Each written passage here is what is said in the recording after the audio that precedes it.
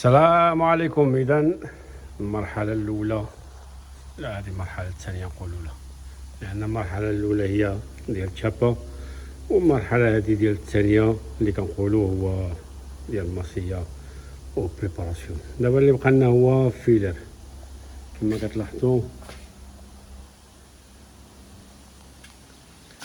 بقى لي حاجة وحدة بقات لي فيلر حتى نغدا، وديك الساعات كيما نجي على الصباح غنضرب فيلر وغادي نبدا بالباراتشوكيس ديالها، باش هي هذيك مع العشيه نخليها محكوكه ناضيه.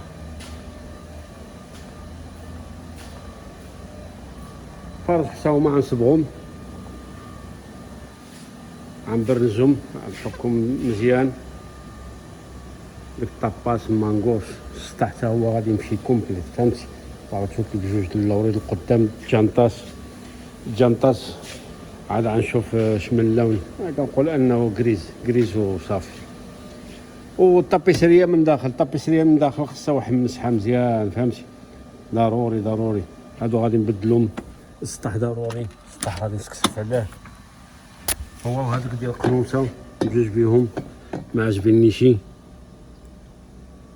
وهادو حتى هادو غادي نغلفهم، غنعاودهم بالطابيساو، غنعملهم الطابيسريه هادوك باربعه قنوته والسطح.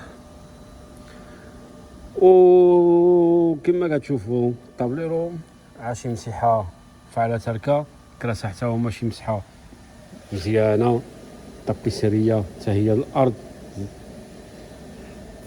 ايوا هادشي اللي كاين. غادي نعملو ملي نجي نبدا في فيلر ديك الساعه، هانتوما غتشوفوا.